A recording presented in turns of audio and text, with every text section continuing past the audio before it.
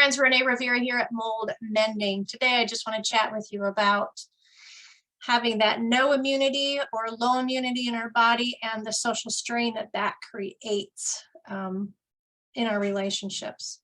So with mold illness or cancer, other co-infections, when we have that very low immunity in our body, and that means that we have a low tolerance for infections that are out there and colds and such, that we are very susceptible to catching just basic cold and it becoming so much more bigger and even being life-threatening. That's what that no immunity or low immunity means we have to be extra careful when we're around people, other humans, and spaces to make sure that we don't pick up a germ of some sort and then it become more serious. So the regular person may look at us, a person that's not ill may look at us and say, oh, sometimes she might have, her skin color is a little paler, or just not as much life in the face, or they may notice that we don't smile as much or have laughter as much, or they just might notice a lack of energy or just think we're normal. Most people see us and think we're normal, those of us with a no or low immunity. But in reality, inside, what's going on, folks? Inside our body is just working overtime, and it is misfiring. And when I say misfiring, it means that the connections between your body and your nerves and how your body's supposed to heal, it's miscommunicating to your brain, and it's sending your antibodies to the wrong place. It's telling your brain and telling your body, protect yourself, protect yourself. These things are enemies inside your body and even can be fighting itself inside. So there's this huge strain inside of our body and fight just to be well enough. I'm not going to say to be well or healed, because no immunity, low immunity means we're not well, and that we are trying to fight to get well. But in that place, like for myself, I was in a bedridden state and it was very low.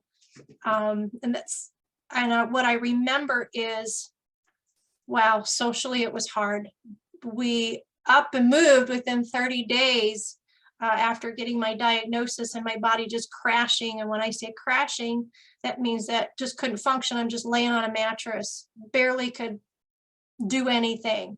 And so very few people received communication of what was going on. And then we moved and my body collapsed even worse, to where the only functions I had was the ability to get up, go to the bathroom, and make my meals, and that was even tough, very tough many times.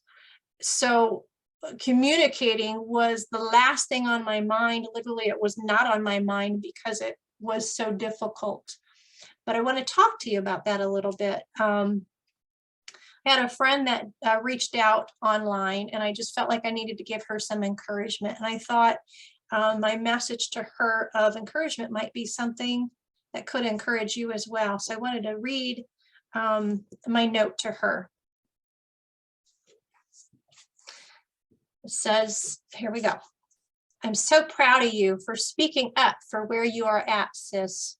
When I was bedridden, there wasn't an ability to socialize or to give the energy to converse.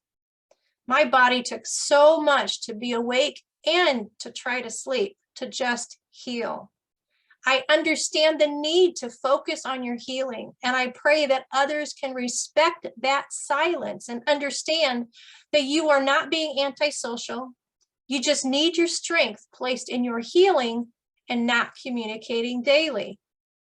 It's a hard place for others looking in, as they don't fully understand, but I pray during this quieter span of your healing that they stay vigilant in their prayers and still send their love and encouragement.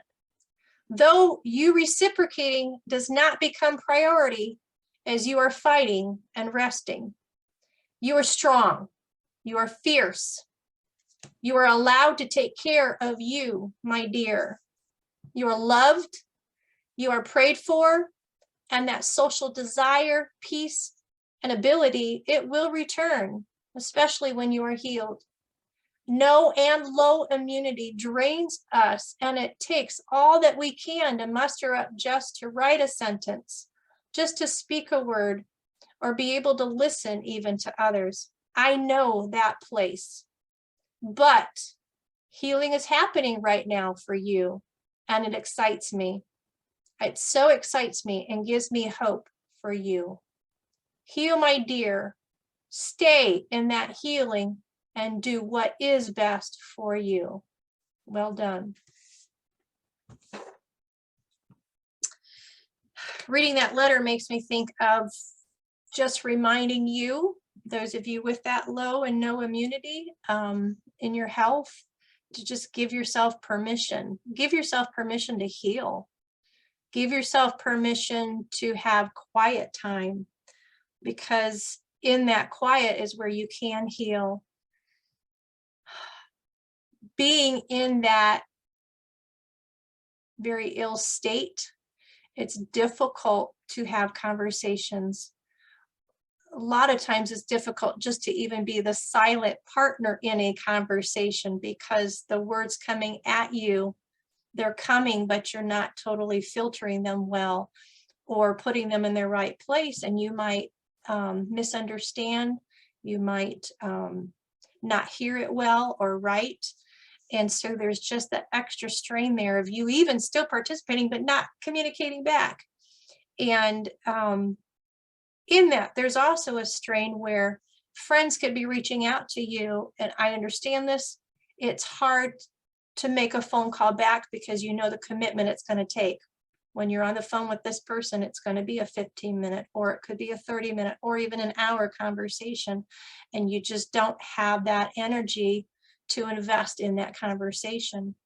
Or you know that when you send that text, that person's going to immediately be jumping on it, responding, asking questions, and expecting a back and forth conversation, and you know that you don't have that in you to give. So this low immunity does create a social strain, and it makes it very difficult for others to understand you or understand it and where you're at right then and there.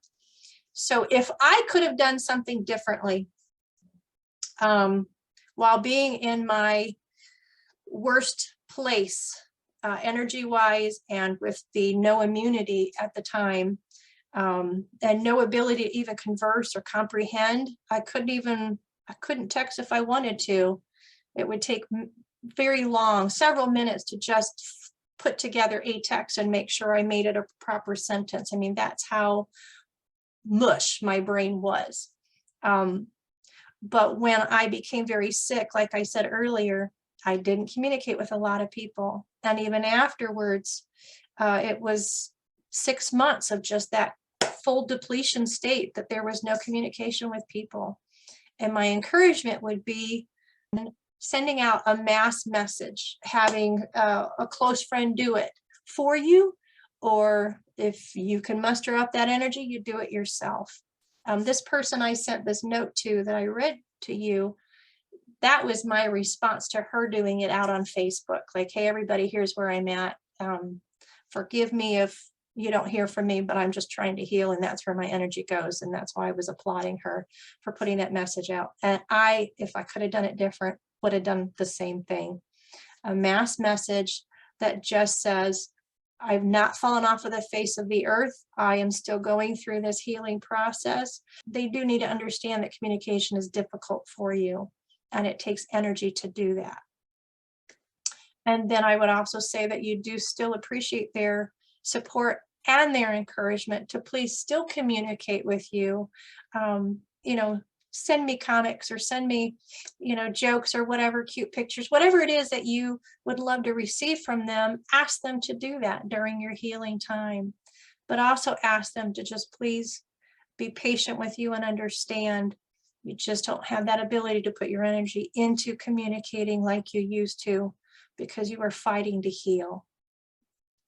And I would also add in there, but that I do value your friendship, though you're not going to hear from me possibly for a while. I'm not saying that I'm advocating for isolating yourself. I'm not saying that whatsoever, because you do need your support system around you. but just making sure you communicate with that support system, what you can and can't do. So there's no odd expectations on your social ability. So one example of that is those that we stayed with when I completely collapsed, and then realized the home that we were moving into also had mold. We had no place to go, so stayed with friends. And thankfully, they watched and observed and understood what my limitations were. And so there were no expectations of me engaging in socially activities with them, like cards. Every week they were doing cards with my husband and having other people come and play cards. But I was not required to come out of the room. I was not required to sit there. I was not required to participate and play, or required to be out there and be social, listening and being overwhelmed by conversations I just couldn't comprehend.